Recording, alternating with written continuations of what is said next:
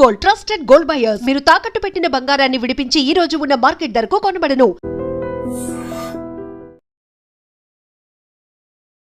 నమస్తే, welcome to iDream media. నేను మీ రొద్దం శ్రీనివాస్. ఇవాళ ప్రపంచ దేశాలన్నీ ఇరాన్ వార్ గురించే మాట్లాడుతున్న సందర్భంలో అసలు ఇరాన్ ఒకప్పుడు ఎలా ఉండేది, ఇరాన్కు భారతదేశానికి మధ్య ముఖ్యంగా మధ్యయుగాల నాటి పరిస్థితుల్లో ఎలాంటి సంబంధాలు ఉండేటివి, అసలు ఈ పర్షియన్ సంస్కృతి కూడా భారతదేశం మీద ఎప్పటి వరకు ఉండేది, యాక్చువల్గా భారతదేశాన్ని ఎక్స్టెండెడ్ నైబర్హుడ్ దేశంగా పిలుస్తారు. భారతదేశానికి ఇరాన్ అనేది ఎక్స్టెండెడ్ నైబర్హుడ్ కంట్రీగా కూడా పిలుస్తుండేవాళ్ళు. అలాంటి వాతావరణం ఉన్న భారత్ ఈ ఇరాన్ మధ్య గత 200 సంవత్సరాలుగా ఏం జరిగింది, చరిత్ర మూలాల్లోకి వెళ్దాం, సాంస్కృతిక మూలాల్లోకి వెళ్దాం. ఆ చరిత్ర సాంస్కృతిక మూలాల నుంచి భారత్ ఇరాన్ మధ్య వచ్చినటువంటి సంబంధాల విషయంలో మార్పుల గురించి మాట్లాడడానికి మనతో జియో పొలిటికల్ అనలిస్టు ప్రసాద్ పేకెట్టి గారు ఉన్నారు. నమస్తే ప్రసాద్ గారు. నమస్కారం అండి. సార్, ఇవాళ మన భారతదేశంలో చాలామందికి ఇరాన్ మన దేశం మధ్య ఉన్నటువంటి ఈ సాంస్కృతిక పోలికలు కానీ చాలా రకాలైన ఆ సంబంధాలు కానీ పెద్దగా అవగాహన లేదు. ఎందుకంటే చాలామంది చరిత్ర చదువుకోరు. సో నిజంగా భారత్ను ఇరాన్ను చాలా దగ్గర సంబంధాలు ఉన్న దేశాలుగా పరిగణించేది చరిత్ర. ఎక్స్టెండెడ్ నైబర్హుడ్ కంట్రీగా కూడా పిలిచేవాళ్ళు. సో ఎందుకు ఒకప్పుడు భారత్ ఇరాన్ మధ్య సంబంధాలు ఎలా ఉండేటివి, సాంస్కృతికంగా లేకపోతే చారిత్రకంగా ఇద్దరికీ ఉన్నటువంటి పోలికలు ఏంటనేది మీరు చెప్పండి. చాలామందికి ఇప్పుడు ఇరాన్ అంటే అది ఒక ముస్లిం కంట్రీ, మత ఛాందస్యం చాలా ఎక్కువ ఉంటుంది. ఆ ఖొమైనీ లాగా నెత్తి మీద టర్బన్ కట్టుకుని గడ్డం పెంచుకుని వాళ్లే గుర్తొస్తారు. కానీ యాక్చువల్లీ ఇరాన్ గురించి మనకి ఋగ్వేదంలో ఉంది, మహాభారతంలో కూడా ఉంది. అవన్నీ కూడా చూసుకుంటే ఎంతో కల్చరల్ పరంగా వాళ్ళకి మనకి చాలా సిమిలారిటీస్ ఉన్నాయి. బిఫోర్ ఇస్లాం వచ్చే ముందు అక్కడ జొరాస్ట్రిజం ఉండేది. వాళ్ళు కూడా మన ప్రకృతిని ఆరాధించడము, అలాగే మనకి ఇప్పుడు సంక్రాంతి వచ్చింది, సంక్రాంతి అప్పుడు మనము ఈ మనకి హార్వెస్టింగ్ ఫెస్టివల్ ఎలా చేసుకుంటాం, పంటలను ఎలా చేసుకుంటాం, వాళ్ళు కూడా అలాగే చేసుకుంటారు. అలాగే వాళ్ళ కూడా మనకి ఈ ఇది ఉంటుంది, మనకి స్వస్తిక్ సింబల్ అది కూడా వాళ్ళకు ఉండేది. సో వాళ్ళు కూడా మనం సరస్వతి దేవిని ఎలా పూజ చేస్తామో వాళ్ళు అలాగే పూజ చేస్తారు. అలాగే మనకి ఎవ్రీ ఇయర్ మనకి దసరా కంటే ముందు పితృపక్షాలు వస్తాయి, వాళ్ళ క్యాలెండర్ లో కూడా అలాగే ఉండేది. క్యాలెండర్ కూడా ఒకేలాగా ఉండేది. క్యాలెండర్ కంటే వాళ్ళకి ఒక టైం పీరియడ్ లో ఈ పితృపక్షాలు వాళ్ళు మనం పెద్దలకు మనం తర్పణాలు వదిలిపెట్టాలి. అలాగే కొంతమందికి ఇక్కడ కొన్ని కమ్యూనిటీస్ లో జంజం వేసుకునే పద్ధతి ఉంది, వాళ్ళకు కూడా ఉంది అక్కడ. జొరాస్ట్రియన్ ఉంది. సో ఆ పద్ధతులు అవన్నీ వచ్చింది. కానీ చాలా మంది ఇరాన్ అంటే అసలు పేరు ఎక్కడి నుంచి, అసలు ఇరాన్ అంటే ఏంటి అంటే, ఇరాన్ అంటే దానికి land of ఆరియన్స్. Iran meaning Iran అంటే ల్యాండ్ ఆఫ్ ఆరియన్స్ అన్నమాట. ఆరియన్స్ అంటే నోబుల్స్, మంచి మంచి పదవుల్లో ఉండేవాళ్ళు, మంచి వ్యక్తులు అని దాని అర్థం. వైట్ కాలర్ జాబ్ చేసే వాళ్ళు అంటారు ఇరాన్ అంటేనే అది. అయితే క్రమేపీ కాలం దానివల్ల ఇస్లామైజేషన్ రావడంతో ఫస్ట్ వాళ్ళ అక్కడే జొరాస్ట్రియన్ వాళ్ళ మీద ఏంటంటే జిజియా ట్యాక్స్ అవన్నీ ఔరంగజేబ్ అది అక్కడి నుంచి వచ్చింది. సో ఆ పన్ను ఏవైతే వేయడము అవన్నీ వేయడం వల్ల చాలా మంది జొరాస్ట్రియన్స్ ఇస్లాంలో కన్వర్ట్ అయిపోవడం జరిగింది. అంటే ఇప్పుడు మీరు చెప్పేదాని ప్రకారం అప్పుడు జొరాస్ట్రియన్లు పిలక పెంచుకునే వాళ్ళు, ఆ పిలక మీద పన్నులు వేయడం వల్ల చాలా మంది మతం మారారంటారు. పిలకే కాకుండా వాళ్ళు చేస్తున్న వృత్తుల్లో కానీ, లేకపోతే అక్కడ పండించడము, లేకపోతే ఏ వృత్తుల్లో ఉన్నా సరే వాళ్ళ మీద స్పెషల్ ట్యాక్స్ వేయడము, ఆ వచ్చిన మనీని మనకి అక్కడ ఉండే ఇస్లాంని ప్రమోట్ చేయడము, వాట్లని లేకపోతే ఈ బాధలు భరించలేకుండా చాలా మంది జొరాస్ట్రియన్స్ ఇస్లాంలో కన్వర్ట్ అయినారు. సో అయినప్పటికీ కొంతమంది ఉన్నారు, ఇప్పుడు కూడా ఉన్నారు, చాలా తక్కువ మంది. ఆ బాధలు తట్టుకోలేకుండా చాలా మంది యోధులు అంటే మనకి జుడాయిజము ఇంకా జొరాస్ట్రియన్స్ వాళ్ళు భారతదేశానికి వచ్చేసినారు. వాళ్ళు ఆ ప్రాంతాన్ని అప్పుడు పర్షియా అనేవాళ్ళు కాబట్టి ఇప్పుడు మనం వాళ్ళని పార్సీలు అంటున్నాం. మన ఇండియాలో ఉండే పార్సీలు ఇరాన్ నుంచి వచ్చిన జొరాస్ట్రియన్స్. ఓకే. కానీ వాళ్ళు మంచి బిజినెస్ మెన్. మనకి టాటాలు వీళ్ళు చూసాము, చాలా మంది ఇలా మర్చెంట్స్ అని పేర్లు ఉంటుంది. అవునవునవును. ఇప్పుడు బాంబే డైమ్ వాళ్ళు ఉన్నారు కదా, మర్చెంట్ అని చివరి సర్నేమ్ వస్తుందిలేండి. వాళ్ళంతా పర్షియన్లు.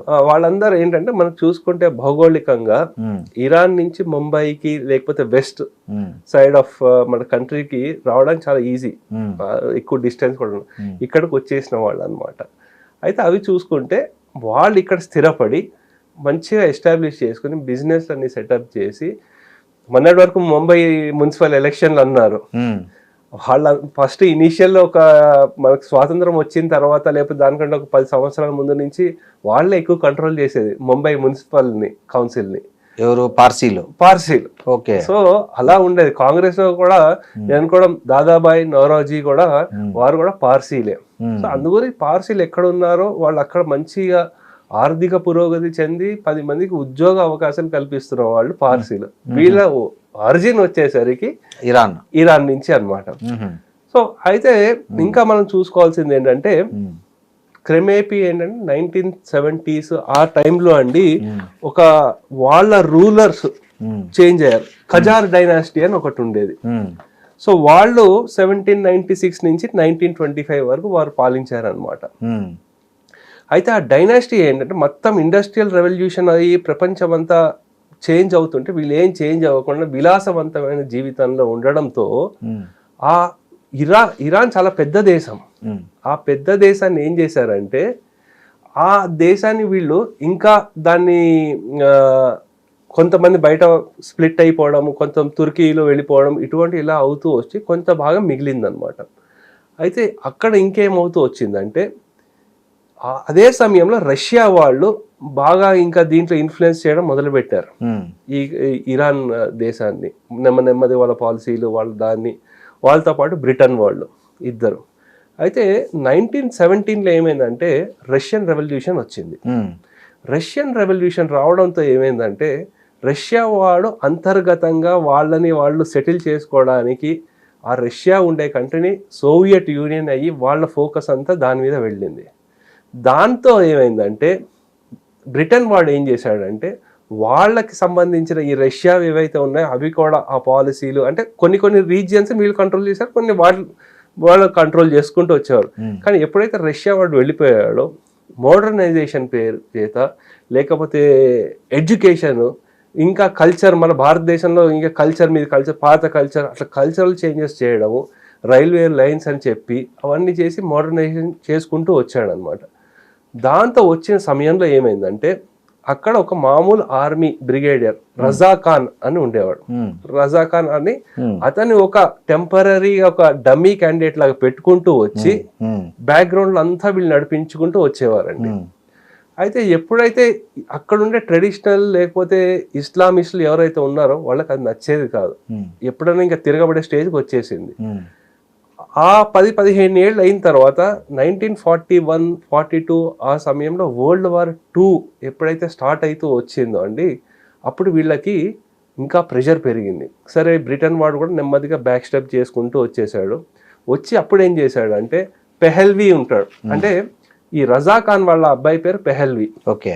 ఆ పెహల్వీని తీసుకొచ్చి ఒక క్యాండిడేట్ గా పెట్టి వాడు ఇంకా మోడర్నైజేషన్ లేకపోతే వాడు ఏంటంటే వాడిని ఒక షా అని చేశారు. షా అంటే కింగ్. అవును. ఆ మొనార్చీని తీసుకురావడము, ఆ షా అని చేయడము. దాంతో ఏంటంటే అతను ఎవరైతే తిరగబడుతున్నారో వాళ్ళందరినీ ఏంటంటే వాళ్ళని ఎగ్జిక్యూట్ చేసేయడం మొదలు పెట్టాడు అనమాట. చేయడము లేకపోతే మోడర్నైజేషన్ పేరు చేత మొత్తం లిబరల్గా ఉండడము, వాళ్ళ కల్చర్ని గౌరవించకపోవడం ఇవంతా జరుగుతూ వచ్చింది. అయితే ఈ వరల్డ్ వార్ అయిపోయిన తర్వాత అప్పుడు బ్రిటన్ వీక్ అయింది, ఆర్థికంగా చాలా వీక్ అయింది. యుఎస్ వాడు ఏం చేశాడంటే ఇదే అదునుగా తీసుకుని వీళ్ళని ఒక మా కాలనీగా చూసుకుంటూ వచ్చాడు యుఎస్ వాడు. ఈ పెహల్వీకి ఒక డమ్మీగా క్యాండిడేట్ అలా పెడుతూ నడిపించుకుంటూ వచ్చాడు. వచ్చిన తర్వాత నెమ్మదిగా ఏమైందంటే అక్కడ ఉండే వాళ్ళకి డబ్బు ఉండే వాళ్ళకి లేని వాళ్ళకి వ్యత్యాసం చాలా పెరిగిపోయింది. ఆ డిఫరెన్స్ ఏదైతే ఉందో చాలా ఎక్కువ అయిపోయింది. నెమ్మదిగా తిరగబడ్డం మొదలుపెట్టారు.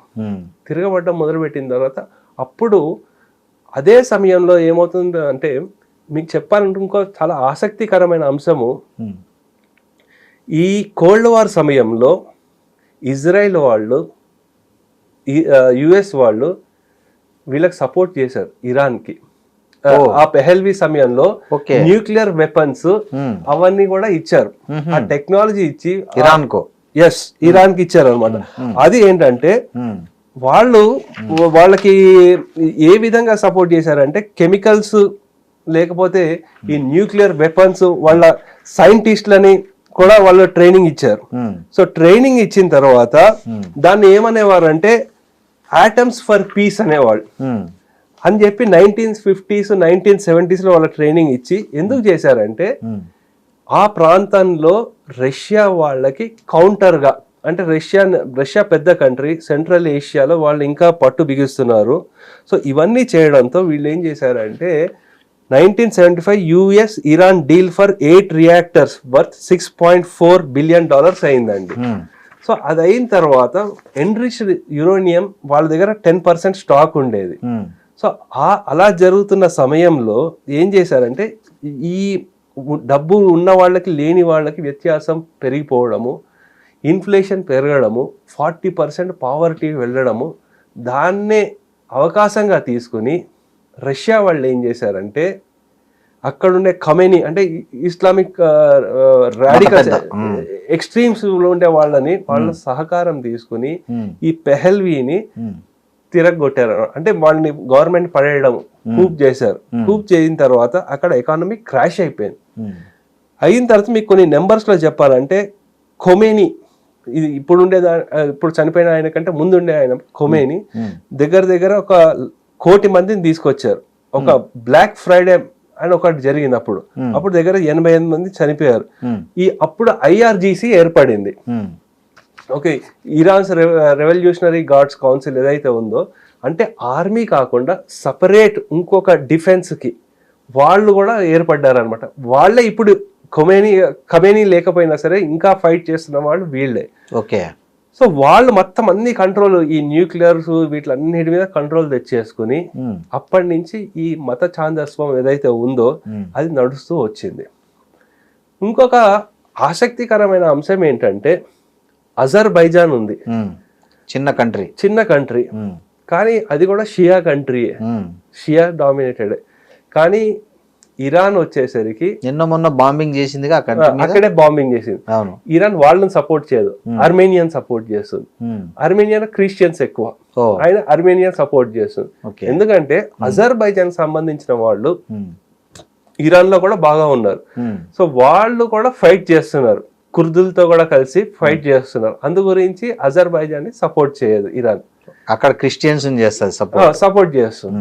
సో ఎందుకంటే వాళ్ళు ఇరాన్ లో చూస్తుంటే మనకి టర్క్స్ ఉన్నారు, అజర్బైజాన్ సంబంధించిన వాళ్ళు ఉన్నారు, కుర్దులు ఉన్నారు, బలూచిస్తాన్ వాళ్ళు ఉన్నారు, అక్కడ ఉండే షియాలు కూడా ఉన్నారు. షియాలు అంటే అక్కడ ఉండే వాళ్ళ జొరాస్ట్రియన్స్ ఎవరైతే కన్వర్ట్ అయిపోయినారో వాళ్ళు అట్లా ఉన్నారు అనమాట. సో వీళ్ళందరినీ కంట్రోల్ చేయడానికి అజర్బైజాన్ని లేకపోతే టర్కీని వీళ్ళని వ్యతిరేకిస్తూ వస్తుంది. ఇంకొక అంశం మీరు గమనించాలంటే, జియో పాలిటిక్స్ లో వచ్చేసరికి టర్కీ కానీ లేకపోతే ఇవన్నీ ఏంటంటే ఇవి నాటోలో సభ్యులు, వీళ్ళు టర్కీ నాటో సభ్య దేశాలు.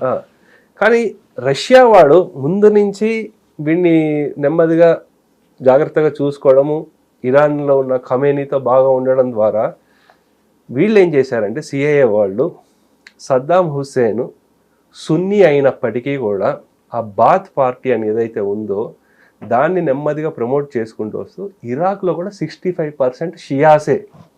అయినా సరే సద్దాం హుసేన్ని అలా కొంచెం పైకి తీసుకొచ్చి ఆయనకి సపోర్ట్ చేస్తూ, ఆయనను కూడా సపోర్ట్ చేసినారు బాగా.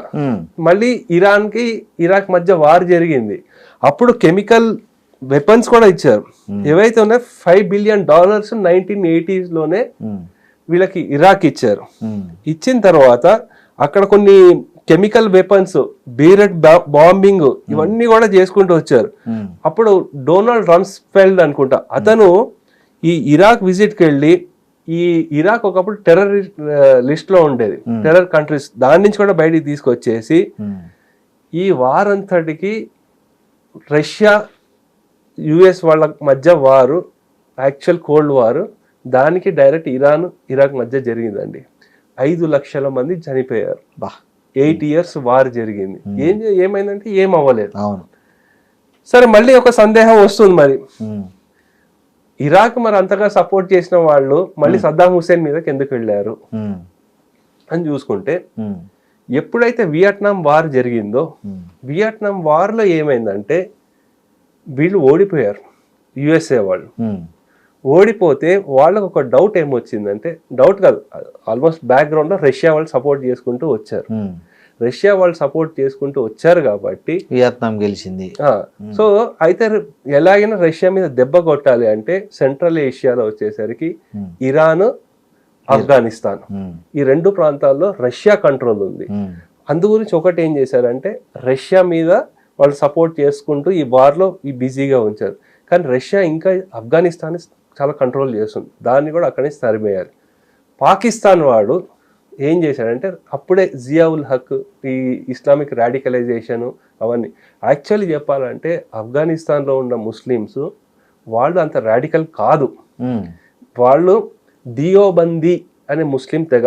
మనకి దియోబందీ అనేది, దియోబంద్ అనే ప్రాంతం ఉత్తరప్రదేశ్లో ఉంటుంది.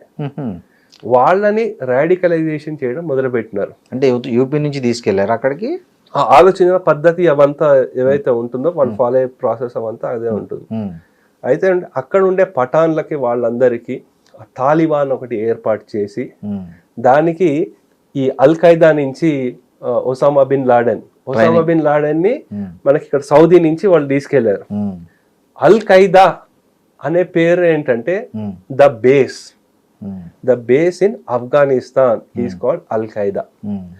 అయితే ఈ ఫండింగ్ అవంతా చేసి, ఇస్లామిక్ రాడికలైజేషన్ చేసి, యుఎస్ వాడు వెపన్స్ అవన్నీ సప్లై చేసుకుంటూ వచ్చి, పాకిస్తాన్ వాడు నైబరింగ్ కంట్రీ కాబట్టి వాడు కూడా దాన్ని సపోర్ట్ చేసుకుంటూ వచ్చి, ఆ మోడల్తో ఆఫ్ఘనిస్తాన్లో రష్యాని తరిమి కొట్టేసినారు అక్కడ.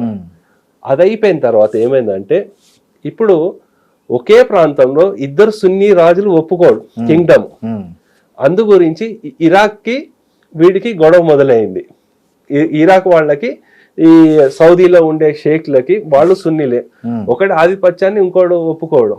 యుఎస్ ఒక క్యాల్కులేషన్ వేసుకున్నారు, మనకి ఎక్కువ బిజినెస్ ఇంట్రెస్ట్లు లేకపోతే ఇన్వెస్ట్మెంట్లు ఎక్కువ చేస్తుంది ఇక్కడ సౌదీ నుంచే, అలాగే మనకి ఆఫ్ఘనిస్తాన్ లో కూడా బాగా సపోర్ట్ చేసినారు. ఇరాక్ వాడైతే వాడు ఎప్పుడు ఫైట్ లో ఉన్నాడు, వాడే పెద్ద సపోర్ట్ చేయట్లేదు. అందుగురించి సద్దాం హుసేన్ ని పవర్ నుంచి దిగమంటే దిగలేదు. దిగకపోయేసరికి ఆ ఇరాక్ కువైట్ వార్ జరగడము, దాని తర్వాత మళ్ళీ వీడు స్టెప్ ఇన్ అవి వాళ్ళని జరపడము, తర్వాత మళ్ళీ వెపన్స్ ఆఫ్ మాస్ డిస్ట్రప్షన్ ఉన్నాయని చెప్పడము, అణ్వాయుధాలు అవన్నీ ఉండడం చేత అతన్ని పక్కకు జరిపేస్తున్నారు. ఇది హిస్టరీలో మనం చూసుకోవాల్సిన యుఎస్ ఆడిన డేంజరస్ గేమ్. కేవలం యుఎస్ ఆడిన డేంజరస్ గేమ్ వల్లనే ఈ దేశాల మధ్య యుద్ధాలు జరిగాయి అంటారు. యుద్ధాలే కాకుండా ఇస్లామిక్ రాడికలైజేషన్ అన్కంట్రోల్ అయిపోయింది, వాళ్ళ పెంచి పోషించారు కాబట్టి. అందు గురించే అదేమైంది, ఇంకా వాళ్ళు కంట్రోల్ చేయలేకపోవడంతో అల్ ఖైదా వాడు వీడి దేశం మీద తిరగబడ్డాడు. సెప్టెంబర్ 11. అంతకంటే ముందు నైరోబీలో యుఎస్ దాని మీద కూడా అటాక్ జరిగింది, ఎంబసీ మీద. సో అదే చెప్తాం కదా, ఎవరు వేసుకున్న దాంట్లో వాళ్లే పడ్డారు, తీసుకున్న గోతిలో వాళ్లే పడ్డారు. సో ఇవన్నీ ఇట్లా జరుగుతూ నెమ్మదిగా ఎట్లా అయితే వచ్చిందో, ఈ కల్చరల్ పరంగా కూడా చూస్తే ఇరాన్కి భారతదేశానికి ఎంతో ఉండే సత్సంబంధాలు ఏవైతే బాగా ఉండేవో అవన్నీ కూడా దెబ్బతినేసే పరిస్థితికి వచ్చింది. అయితే ఇప్పుడు ఖమేనీ దగ్గరకు వచ్చేసరికి అతను భారత్కి కొన్నిసార్లు సపోర్ట్ చేశాడు, కానీ భారత్కి వ్యతిరేకంగా 20 సార్లు పాకిస్తాన్కి యుఎన్ అసెంబ్లీ లేకపోతే OIC, organisation of Islamic countries అంటారు, వాటికి సపోర్ట్ చేయడము, లేకపోతే ఇక్కడ ముస్లిమ్స్కి ఇంకా ఏదో అయిపోతోంది అని చూపించడము, హైలైట్ చేయడము, ట్వీట్స్ చేయడము, ఇవన్నీ చేసినాడు. ఇప్పుడు మొన్న చనిపోయిన ఖమేనీ. సో భారత్ దానికి ఏం పెద్దగా ప్రతిస్పందించలేదు, ఎందుకంటే ఆయిల్ డిపెండెన్సీ వాళ్ళతో ఉంది. కానీ మనం ఇప్పుడు అందరం అంటున్నాము, సరే అమెరికా వాడు పర్మిషన్ ఇచ్చాడు ఇలా చేశాడని. 2012-13 ఆ సమయంలోనే అప్పుడు హిలరీ క్లింటన్ చెప్పింది, మీరు ఇరాన్ దగ్గర నుంచి ఆయిల్ కొనడం ఆపేయాలి అని చెప్పి. ఆపేసినాం అప్పుడు మనం. మన్మోహన్ సింగ్ మన్మోహన్ సింగ్ తల ఉంచేసినాం. అంటే ఒకటి ఏంటంటే ఒక్కోసారి ఇంటర్నేషనల్ రిలేషన్స్ లో ఈ క్యాల్కులేషన్ వేసుకుంటారు. అప్పుడు వంచినామంటే అప్పుడు తప్పు కాదు, ఇప్పుడు ఏమైనా కొంచెం మనం నెగోషియేషన్ చేస్తామంటే అది కూడా తప్పు కాదు. ఆ సందర్భాలు ఏవైతే ఉన్నాయో దాన్ని బట్టి. కానీ అప్పటి నుంచి మనకు ప్రెషర్ వస్తూ ఉంది. 2019లో మనం పూర్తిగా ఇరాన్ దగ్గర నుంచి ఆయిల్ కొనడం ఆపేసాము. ఎందుకు? కానీ అప్పుడు ట్రంప్ పెట్టిన ప్రెషర్. ఓకే, అయితే మనం ఏం చేసామంటే దాని తర్వాత ఒక ఇరాన్ మీద ఎందుకు మనం 40 దేశాల నుంచి ఆయిల్ తెప్పించుకుంటున్నాం. ఆ విధంగా మనం డీరిస్క్ చేసుకుంటూ వచ్చి 2022 నుంచి ఇప్పటి వరకు ఆయిల్ ప్రైస్ స్టేబుల్గా ఉంది. పెద్ద చేంజ్ ఏం లేదు మనకి. ఆ ఆయిల్ని స్టేబుల్గా చేసుకుంటూ ఇరాన్ వాడితో కూడా మనం సత్సంబంధాలు ఏర్పరచుకుంటూ వచ్చి చాబహార్ పోర్ట్ మీద కంట్రోల్, ఆర్థిక అంశాలకు సంబంధించి, వ్యూహాత్మక సంబంధాలకు సంబంధించి, దౌత్యాలకు సంబంధించి ఈ చాబహార్ ఓడరేవ్ అనేది చాలా ప్రముఖ పాత్ర పోషిస్తుంది. అసలు ఏంటి ఈ చాబహార్ ఓడరేవ్ అంటే దేనికి అది ప్రసిద్ధి చెప్పండి కొంచెం. అంటే చాబహార్ పోర్ట్ అనేదండి ఇటు సైడ్ యూరోప్కి వెళ్ళాలన్నా ఎటన్నా వెళ్ళాలంటే ఇక్కడి నుంచి మనకు ఆ పోర్ట్ దగ్గర. దాన్ని ఏంటంటే చైనా వాడు గ్వాదర్ పోర్ట్ అని ఒకటి ఉంది మనకి బలూచిస్తాన్లో, దాని మీద కంట్రోల్ తీసుకుని ఇంకా ఎక్స్టెండ్ అయ్యి వెళ్ళిపోదామని వాడు ప్లాన్ వాడు వేసుకున్నాడు చైనా వాడు.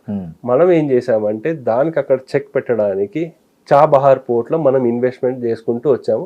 దగ్గర $500 million ఇన్వెస్ట్మెంట్ చేసాం. ఓకే, మనం ఎప్పుడైతే ఆఫ్ఘనిస్తాన్ మళ్ళీ ఏర్పడిందో, కానీ ఆఫ్ఘనిస్తాన్కి పాకిస్తాన్కి పడకుండా తాలిబాన్ ఫైట్ చేస్తున్నారు, మనం ఆ పోర్ట్ని ఒక స్ట్రాటజిక్ పోర్ట్గా పెట్టుకుని ఆఫ్ఘనిస్తాన్ వాళ్ళకి కావాల్సిన నిత్యావసర వస్తువులు ఇంకేమైనా కావాలంటే పాకిస్తాన్ రూట్ నుంచి కాకుండా ఈ చాబహార్ పోర్ట్ నుంచి మనం వెళ్తూ వాళ్ళకి సప్లై చేస్తూ వాళ్ళతో మంచి రిలేషన్షిప్ ఎస్టాబ్లిష్ చేస్తూ, మనకి పాకిస్తాన్ ఎప్పుడు శత్రు దేశమే, దాంట్లో నో డౌట్ అబౌట్ ఇట్. కానీ ఆ శత్రువు ఆఫ్ఘనిస్తాన్. ఆ శత్రువు మనకి మిత్రుడు అవుతాడు కాబట్టి వాళ్ళతో కావాల్సిన వాళ్ళకి ఏవేవి కావాలో మనం సప్లై చేసుకుంటూ వచ్చి హాస్పిటల్స్, స్కూల్స్, నిత్యావసర వస్తువులు, అక్కడ రోడ్లు వేయడం అవన్నీ చేసుకుంటూ వచ్చి ఈ చాబహార్ నుంచే పోర్ట్ నుంచి మనం వాళ్ళకి అన్ని కావాల్సిన సప్లైస్ చేసుకుంటూ వచ్చాం. అది కాకుండా ఇంకా యూరోప్ సైడ్ వెళ్ళాలి ఏమైనా సప్లై చేయాలంటే ఈ పోర్ట్ని కూడా మనం ఒక స్ట్రాటజిక్ పాయింట్గా మనం వాడుకోవచ్చు. అది జియో పాలిటిక్స్లో చాబహార్ పోర్ట్ ఒక సిగ్నిఫికెన్స్. సార్, ఈ international north south transport corridor INSTC అని, అది కూడా మనకు భారతదేశానికి చాలా రకాలుగా ఉపయోగపడుతుంది వాణిజ్యానికి సంబంధించి. ముఖ్యంగా ఏదైతే మనం రష్యా నుంచి జరిపే ప్రతి వాణిజ్యం అంటే ఆయిల్ తీసుకోవడం కావచ్చు, అన్నిటికీ ఈ international north south transport corridor అనేది ఒక ప్రముఖ పాత్ర పోషిస్తోంది అనేది కూడా ఒకటి అంటున్నారు. అసలు అంటే ఒకటేంటంటే ఇప్పుడు చాలా మటుకు అంటే దీన్ని మనము చైనా వాడితో కంపేర్ చేసుకుంటూ రావాలి. చైనా వాడు ఏం చేశాడు, బెల్ట్ అండ్ రోడ్ ఇనిషియేటివ్ అని వాడు స్టార్ట్ చేసినాడు. వాళ్ళకి ఇప్పుడు ఆయిల్ కావాలంటే మనకు స్ట్రైట్ ఆఫ్ మలక్కా నుంచి వెళ్ళాలి, అంటే ఇలా కింద నుంచి వెళ్ళి మళ్ళీ పైకి ఇలా వెళ్ళాలి, అంటే ముక్కు ఇట్లా తీసుకురావాలి, ఇట్లా చూపించడానికి ఇట్లా తిప్పి తీసుకురావాలి. దానివల్ల వాడికి ఎమర్జెన్సీ వచ్చినప్పుడు ఏమైనా ఆయిల్స్ కావాలన్నా సరే వాడికి సమయం చాలా ఎక్కువ పడుతుంది. చైనాకి వాడేం చేశాడు, షింజువాన్ ప్రావిన్స్ అని ఒకటి ఉంది, దాని నుంచి అక్సై చీన్ నుంచి మనకి ఇక్కడ బలూచిస్తాన్ వరకు డైరెక్ట్ రోడ్డు వేసుకుంటూ ఈ డిపెండెన్సీ లేకుండా డైరెక్ట్ వాడు సప్లై చేసుకుని వాడి టైంని కట్ డౌన్ చేసుకుని అట్లాగే వాడు చేయాల్సిన ఎక్స్పోర్ట్లు వాటిలన్నిటికీ దారి యూజ్ చేసుకుందాం అన్న ప్లాన్తో వాడు వెళ్ళినాడు. అయితే అది ఇంకా మెటీరియల్స్ అవ్వట్లే వాడు ఎంత ఇన్వెస్ట్మెంట్ చేసినప్పటికీ. అట్లాగే దారి పొద్దున యూరోప్లో ఏవైతే ఉన్నాయో దేశాలు ఎవరైతే ఆర్థికంగా అంత స్టేబుల్గా లేరో అక్కడ అన్ని చోట్ల ఇన్వెస్ట్మెంట్లు చేసుకుంటూ వచ్చినాడు. వాళ్ళకి ఎగెయిన్స్ట్గా, ఎందుకంటే రష్యా లేకపోతే మన దేశము ఇంకేమైనా సరే వాళ్ళతో మంచిగా ముందుకు తీసుకెళ్ళాలంటే ఈ ఇన్వెస్ట్మెంట్లు చేసుకుంటూ వచ్చి రోడ్డు కనెక్ట్, పోర్ట్ కనెక్ట్లు అవన్నీ చేసుకుంటూ భారత్ వచ్చింది. రష్యా వాడేమో టర్కీ, ఈ దేశాలు వీటిలన్నిటితో కూడా సారీ మన చైనా వాడు వీళ్ళందరితో ఎస్టాబ్లిష్ చేసుకుంటూ వస్తే మనం టర్కీకి చుట్టుపక్కల ఉండే దేశాలు అంతా ఏవైతే ఉన్నాయో వాళ్ళందరితో కూడా మనం మంచి సంబంధాలు ఏర్పరచుకుంటూ వస్తున్నాం. సో ఆ ఇనిషియేటివ్ లో ఇది ఒకటి ఇంటర్నేషనల్ రోడ్ ఏదైతే ఉందో అది కూడా ఒక మంచి ఇదే. కానీ ఇవన్నీ ఏంటంటే సమయంతో కూడుకునేది. మినిమం ఒక 10-15 సంవత్సరాలు 20 సంవత్సరాలు ఒకసారి జియో పాలిటిక్స్ వల్ల మొత్తం ఆగిపోతుంది. యాక్చువల్ చెప్పాలంటే మనకి ఇరాక్ కి, పాకిస్తాన్ కి, భారతదేశానికి డైరెక్ట్ గ్యాస్ పైప్ లైన్ వేయాలని ఒక ప్రతిపాదన నడిచింది చాలా సంవత్సరాలు, వాజ్పేయి ఉన్నప్పుడు. కానీ ఈ టెన్షన్ వల్ల దాన్ని ఇంకా తీసి పక్కన పెట్టేశారు. సో ఇటువంటివన్నీ మనం చూసుకుంటూ రావాలండి. సో ఇట్లా ఏంటంటే ఈ టెన్షన్లు చాలా ఉన్నాయి ఇవి. కానీ కాన్సెప్ట్ వైజ్ బాగానే ఉంటుంది, కానీ అది మెటీరియలైజ్ అయ్యేంత వరకు మనం ఏం చెప్పలేము. ఇప్పుడు ఈ ప్రాంతీయ ఏదైతే సవాళ్ళు ఉన్నాయో, అంటే పాకిస్తాన్ ఆఫ్ఘనిస్తాన్ మధ్య యుద్ధం, అది భారత్కు ఎలా ఉపయోగపడబోతుంది? ఎందుకంటే ఇప్పుడు శత్రువులు ఎక్కువయ్యారు. మన శత్రువు పాకిస్తాన్కి ఇప్పుడు ఒకప్పుడు భారతదేశం మాత్రమే, ఇప్పుడు చుట్టూ శత్రువులు అయిపోయారు. అందులో ఇప్పుడు ఆఫ్ఘనిస్తాన్ కూడా ఒకటి పక్కలో బల్యం లాగా అంటాం కదా, అలా తయారైంది. సో అక్కడ తాలిబాన్లు కావచ్చు పాకిస్తాన్ లో, ఇక్కడ అఫ్ఘాన్ లో ఉన్నటువంటి ఈ తీవ్రవాద గ్రూపులు కావచ్చు, వీటన్ని వాళ్ళు కొట్లాడుకోవడం అనేది భారతదేశానికి ఏ విధంగా లాభదాయకం అంటారు? అంటే ఇక్కడ చూడాల్సిన ఏంటంటే అండి, వాళ్ళు ఎప్పుడైతే అలా అక్కడ బిజీగా ఉంటారో ఇక్కడికి వాళ్ళు ఎక్కువ వచ్చి ఇన్వాల్వ్ అవ్వాల్సిన అవసరం ఉండదు. మీరు చూసుకుంటే యుఎస్ వాడు ఇప్పుడు ఇరాన్ మీద గొడవల్లో బిజీగా ఉన్నాడు. అందు గురించి ఆ డీప్ స్టేట్ వచ్చి బంగ్లాదేశ్ లో ఏం చేయలేకపోతుంది, దానివల్ల కొంచెం టెన్షన్స్ మనకు తగ్గుతోంది. అలాగే వీడికి ఎప్పుడైతే ఆఫ్ఘనిస్తాన్ లో వస్తున్నాడో ఈ టెన్షన్ల వల్ల మనకి ఏంటంటే మనకు డైరెక్ట్ ఫైట్ ఏం చేయకుండా వాడు రిసోర్స్లు అన్నీ అక్కడ ఖర్చు అవుతుంది. చిన్న ఉదాహరణ అండి, ఒక మిజైల్ తీసుకెళ్లి 10 మిజైల్లో ఎంతో వాడు అక్కడ ఖర్చు పెట్టాడు అనుకో, మామూలు సందర్భంలో ఆ 10 మిజైల్ ఇక్కడ టార్గెట్ చేసేవాడు, అవి అక్కడ పోతున్నాయి, వాళ్ళు ఫైట్ చేసుకుంటున్నారు, అక్కడ వాళ్ళు చూసుకుంటున్నారు. సో ఆ విధంగా ఇప్పుడు ఆఫ్ఘనిస్తాన్ లో తాలిబాన్ల పాలన వచ్చింది. సో ఈ పరిస్థితుల్లో ఇరాన్ భారత్ ఏమైనా ఏకతాటిపైకి వచ్చే అవకాశం ఉందా? నేను అనుకోవడం ఇప్పట్లో రాదండి. అట్లా రాదు, ఇప్పుడు రాదు. ఎందుకంటే ఎప్పటి వరకు మనము మన ఎకానమీ, సర్వీసెస్ ఇవన్నీ కూడా యుఎస్ మీద డిపెండ్ అయి ఉన్నాయో, మనం యుఎస్ కి ఎగెన్స్ట్ గా అయితే వెళ్దాం మనం. అట్లాగే టెక్నాలజీ పరంగా మనము ఇజ్రాయెల్ మీద డిపెండ్ అయి ఉన్నాం. అందుగురించి మనం ఇజ్రాయెల్ కూడా ఎగెన్స్ట్ కావు. భారత్ ఇరాన్ ఏకతాటి మీద వచ్చే అవకాశం చాలా రేర్, నేను రాదని అనుకుంటున్నాను. సో ఆఫ్ఘనిస్తాన్ ఇరాన్ కలవచ్చు పాకిస్తాన్ కి వ్యతిరేకంగా అవ్వడానికి. ఎందుకంటే వీడు పాకిస్తాన్ వాడు ఏం చేస్తాడంటే డబుల్ గేమ్ ఆడుతున్నాడు. సో ఏం ఆడుతున్నాడు అంటే ఒకటేమో ముస్లిం బ్రదర్హుడ్ అని చెప్తున్నాడు. సో కానీ ఒక యుఎస్ తో బాగా కలుస్తున్నాడు, ఇంటెలిజెన్స్ షేర్ చేస్తున్నాడు.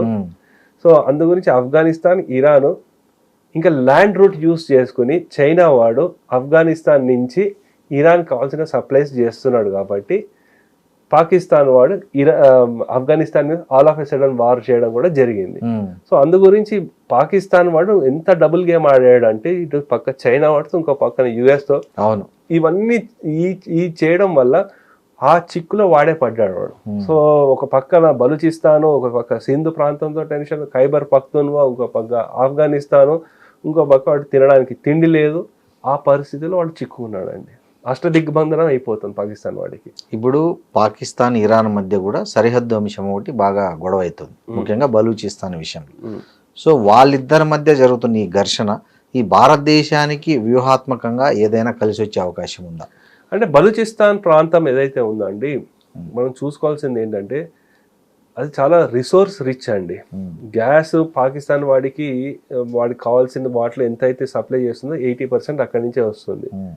కానీ అక్కడ ఉండే వాళ్ళు చాలా దయనీయమైన పరిస్థితుల్లో ఉన్నారు. సో బలూచిస్తాన్ వాళ్ళు ఏంటి, మా కల్చర్ వేరు, అన్నీ వేరు అని చెప్పి ఏదో ఒక చిన్న తప్పిదం జరిగింది ఇండిపెండెన్స్ టైంలో. వాళ్ళు కలవడంతో, లేదంటే సపరేట్ దేశంగానే ఉండేది.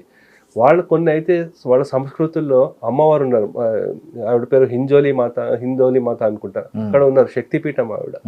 సో మన హిందువులు చాలా మంది అక్కడ ఉండేవారు, వాళ్ళు సపోర్ట్ చేసేవారు. ఇప్పుడు కూడా అక్కడ మరాఠీలు ఇంకా ఉన్నారు కూడా బలూచిస్తాన్ బలూచిస్తాన్ ఎందుకు వెళ్ళారు అక్కడికి? అంటే అప్పుడు ఛత్రపతి శివాజీ మహారాజ్ గారి సమయంలో మొత్తం అక్కడ వెస్ట్ సైడ్ మొత్తం అంతా కంట్రోల్ చేసుకోవడంలో వాళ్ళు ఏం చేశారంటే మరాఠీలు ఏ ఏ ప్రాంతంలో వెళ్తే అక్కడక్కడ వాళ్ళని డెవలప్ చేసుకుంటూ వచ్చేసారు. ఇక్కడ కూడా ఇక్కడ మనకి భాగ్యనగరంలో కూడా చాలా మంది మరాఠీలు వాళ్ళందరూ ఉన్నారు ఎప్పటి ముందు ఛత్రపతి శివాజీ మహారాజ్ సమయం నుంచి.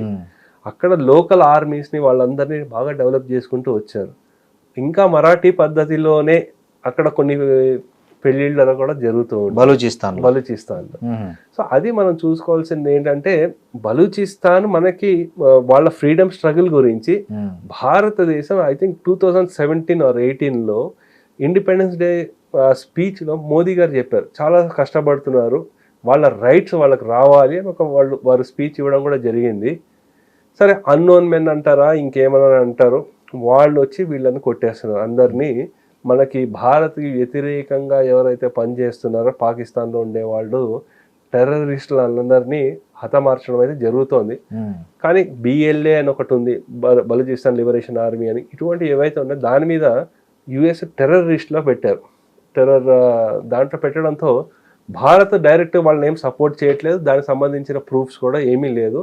At least in principle in thought process మనం వాళ్ళని అయితే సపోర్ట్ చేస్తున్నామండి. ఓకే సార్, ఇంకోటి మనం ఇరాన్తో మన దేశానికి ఇలాంటి సాంస్కృతిక చారిత్రక సంబంధాలన్నీ బాగా దగ్గరగా ఉన్నాయి. కానీ మనం ఇప్పుడేమో ఆ ఇరాన్ మీద దాడి చేస్తున్న అమెరికా ఇజ్రాయెల్కు ఇండైరెక్ట్గా సపోర్ట్ చేస్తున్నాం, డైరెక్ట్గా సపోర్ట్ చేయట్లేదు. సో ఇది భవిష్యత్తులో ఇరాన్ భారత సంబంధాల మధ్య ఎలాంటి ప్రభావం చూసే అవకాశం ఉంది? అంటే మనకి ఎప్పుడైతే ఇస్లామిక్ రాడికలైజేషన్ అయ్యిందో అక్కడ జస్ట్ గివ్ అండ్ టేక్ రిలేషన్షిపే ఉంది మనకి ఇరాన్ వాళ్ళతో. ఓకే, నిజంగా ఒకళ్ళంటే ఒకళ్ళు పడిపోయి చచ్చిపోయేంత రిలేషన్ ఏం లేదు. ఎందుకంటే మనకి ఇరాన్ వాడికి UAEతో పడదు. మాక్సిమం మన భారతదేశస్తులు ఎవరైతే ఉన్నారో వాళ్ళు UAEలోనే ఉన్నారు, 45 lakhs మంది ఉన్నారు. తర్వాత నెక్స్ట్ మనం చూసుకుంటే సౌదీలో ఉన్నారు. సో మన వాళ్ళు ఎవరైతే ఎక్కువ ఉన్నారో అటుపక్క ఉన్నారు. ఇరాన్తో ఏంటంటే జస్ట్ గివ్ అండ్ టేక్ రిలేషన్షిపే ఉంది. అది కూడా తగ్గుతుంది ఇప్పుడు కొన్ని సంవత్సరాలు. అది కూడా అంటే ఫస్ట్ వాళ్ళ సర్వైవలే ఇప్పుడు వాళ్ళకి జీవన్ మరణ సమస్య అయింది. అవి మళ్ళీ మొత్తం సెటరేట్ అవడానికి ఇంకా కొన్ని సంవత్సరాలు పడుతుంది. అది అయిన తర్వాత అప్పుడు జియో పొలిటిక్స్ సిచ్యువేషన్ ఎలా ఉంటుందో దానికి తగ్గట్టు మళ్ళీ మనం దాన్ని సెటరేట్ చేసుకురావాల్సిన అవసరం వస్తుంది. ఎందుకంటే ఇజ్రాయెల్తో మనం రిలేషన్షిప్ని మనం ఎస్టాబ్లిష్ చేయడానికి కొన్ని దశాబ్దాలు పట్టింది. సో వాళ్ళ ఫార్మేషన్ అయినప్పుడు మనం వాళ్ళకి ఎగెన్స్ట్గా ఓటేసాం. Israel form అవ్వకూడదని ఓటేసాం 1948లో. అక్కడి నుంచి ఇప్పటి వరకు రావడానికి చాలా ఎఫర్ట్ పట్టింది. డెఫినెట్లీ ఒకవేళ ఇరాన్ కూడా సంస్కృతి పరంగా కానీ ఇంకేదైనా మళ్ళీ పురోగతి చెందితే డెఫినెట్లీ మనం కూడా వాళ్ళతో మంచి సత్సంబంధాలు ఏర్పరచుకునే అవకాశం వస్తుంది మనకి. ఎందుకంటే ఈ జియో పాలిటిక్స్ లో పర్మనెంట్ గా ఇది ఉండదు. ఒకటి పర్మనెంట్ ఏమి ఉంటుందంటే నీ లివరేజ్ ఏంటి, నువ్వు ఏమి ఇవ్వగలుగుతావు, ఏం చేయగలుగుతావు, నీ దగ్గర అణ్వస్త్రాలు ఎంత ఉన్నాయి, నీ దగ్గర న్యూక్లియర్ వెపన్స్ ఉన్నాయా. న్యూక్లియర్ వెపన్స్ ఒకటి మీద అటాక్ చేయడానికే కాదు, ఇప్పుడు నార్త్ కొరియా మీద ఎవడైనా అటాక్ చేయడానికి ఎందుకు భయపడుతున్నారు, ఎందుకు జంకుతున్నారు? అణు ఆయుధాలు ఉన్నాయి. ఎవరైతే లేదు US మమ్మల్ని చూసుకుంటుంది అని ఉన్నారో వాళ్ళందరూ సామంతులుగానే ఉన్నారు. లేదు అణ్వాయుధాలు మా దగ్గర ఉన్నాయి, ఎవడో మన జోలికి వస్తే మేము వెంటనే వేయడానికి రెడీగా ఉన్నాము. వేయకపోయినా సరే ఆ భయం ఉంటుంది. ఒక్కోసారి ఆ భయం కూడా చాలా ఇంపార్టెంట్. అది ఇరాన్ వాళ్ళు న్యూక్లియర్ టెస్ట్లు చేయకపోవడము కూడా ఒక విధంగా చెప్పాలంటే వాళ్ళకి దెబ్బే అని చెప్పాలి. ఎందుకంటే వాళ్ళకు ఉండే ఫెసిలిటీస్ అన్ని డిస్ట్రాయ్ చేసేసినారు. ఇప్పుడు అది కూడా ఏం లేదు ఇప్పుడు అక్కడ. సార్, ఇప్పుడు మీరు మీ అంచనా ప్రకారం ఈ ఇరాన్ ఇజ్రాయెల్ మధ్య జరుగుతున్న ఈ వార్ అమెరికా సహకారంతో ఎప్పటి లోపల ముగిసే అవకాశం ఉంది, ఎలా ముగిసే అవకాశం ఉంది? అది ఇప్పట్లో అవ్వదండి. అది ముగియదు. ఎందుకు? ఏమవుతుందంటే వీళ్ళకి ఇరాన్ వాడికి ఏంటంటే వాడికి ఏవైతే పెట్టాయో అన్ని పెట్టేసాడు వాడు. అంటే వారికి ఇవన్నీ చేయడము, ఆ చుట్టుపక్కల ఉన్న కంట్రీస్ ఏవైతే ఉన్నాయో వాటిలో కూడా వార్ చేయకుండా వాళ్ళకి క్షమాపణ చెప్పడం జరిగింది. ఇంకా వాళ్ళు ఏం చెప్తున్నారంటే ఒకవేళ మళ్ళీ మీ దేశం నుంచి మా మీద అటాక్ అయితే మేము మీ మీద అటాక్ చేస్తాం, అప్పటి వరకు మేమేం చెయ్యము అని చెప్తున్నారు. ఈ కంట్రీస్ ఏవైతే ఉన్నాయో సౌదీ కానీ, UAE, ఖతారు, కువైట్, ఇవన్నీ దేశాలు US లో $2 trillion వరకు ఇన్వెస్ట్మెంట్ చేసినారు. వీళ్ళు ఇప్పుడు యుఎస్ మీద ప్రెషరైజ్ తీసుకొస్తున్నారు. మీరు దీన్ని ఆపకపోతే మేము విత్డ్రా చేసేసుకుంటాము మా ఇన్వెస్ట్మెంట్లు అని చెప్పడం జరుగుతుంది. యుఎస్ కూడా ఇంకా మాట వినకుండా అయ్యే స్టేజ్ కూడా నెమ్మదిగా వెళ్తున్నారు. యుఎస్ మీద ప్రెషర్ పెరుగుతోంది. అట్లనే అంతర్గతంగా యుఎస్ లో కూడా ట్రంప్ కి వ్యతిరేకత ఇంకా పెరుగుతుంది. మొన్న ఒక ఆర్మీ ఆఫీసర్ ఒకటి వైరల్ అయింది వీడియో, నో వార్ అని. నో వార్ అని చెప్పడము, ఇంకా ఇన్ఫ్లేషన్ పెరుగుతోంది వాళ్ళకి. ఇవన్నీ ఏంటంటే 30% లోపలికి ట్రంప్ అప్రూవల్ రేటింగ్ వచ్చేసింది. సో వీళ్ళు ఏం చేస్తారనుకుంటే ఎయిర్ డిఫెన్స్ లేకపోతే పెద్ద ఖర్చు పెట్టడాలు ఇవంతా ఏం చేయదు. ఎందుకంటే ప్రతి రోజు వార్ చేస్తున్నారంటే కొన్ని బిలియన్స్ ఆఫ్ డాలర్స్ ఖర్చు అవుతుంది.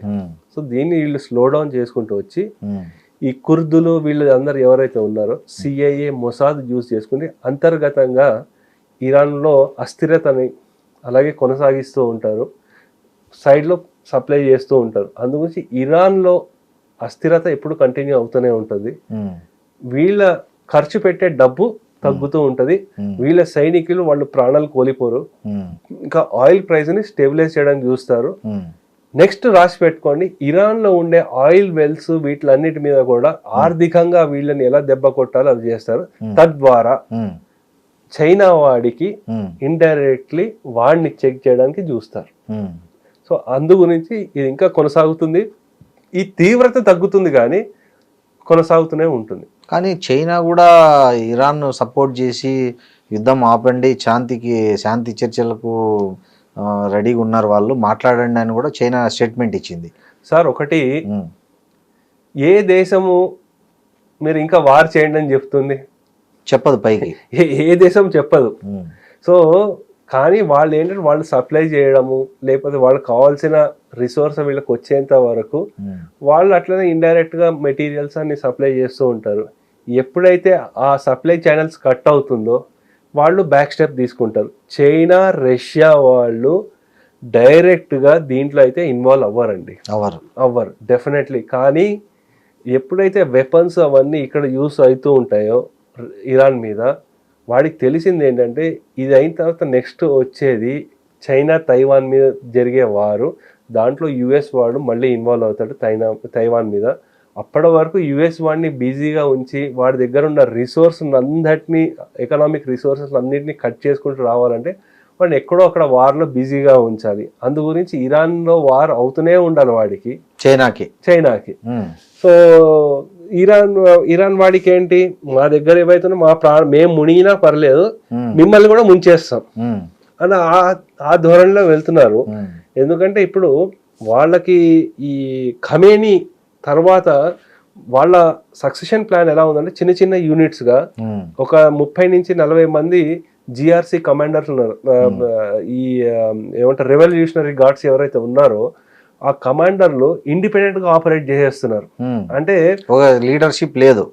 మనకి ఒక ఉంది కదా, మనకి రక్త బీజుడు అని, అతని రక్తం నుంచి ఇంకా 100 మంది పుట్టేస్తారు. ఇప్పుడు అట్లా చిన్న చిన్న వాటిలో స్పెసిఫిక్ టార్గెట్ల మీద అటాక్ చేసుకుంటూ వస్తున్నారు. అది ఇంకా కంటిన్యూ అవుతుంది. సో ఆ టెన్షన్లు అయితే ఇంకా ఉంటాయి. కానీ చుట్టుపక్కల దేశాలు వాళ్ళు ఏంటంటే శాంతి కోరుకుంటున్నారు, ఎందుకంటే వాళ్ళ బిజినెస్ ఇంపాక్ట్ అవుతుంది. సో ఇవి మాత్రం యుద్ధం అందు గురించి కంటిన్యూ అవుతుంది. అట్లీస్ట్ యుఎస్ వాడు ఇప్పుడు చెప్పడము నెక్స్ట్ 6 వీక్స్ ఉంటుంది ఇలా అంటున్నాడు, కానీ నేను అనుకోవడం ఇంకా 6 months వరకు అయితే నడుస్తుంది యుద్ధం. నడుస్తుంది. థ్యాంక్ యూ ప్రసాద్ గారు. Okay, thank you very much.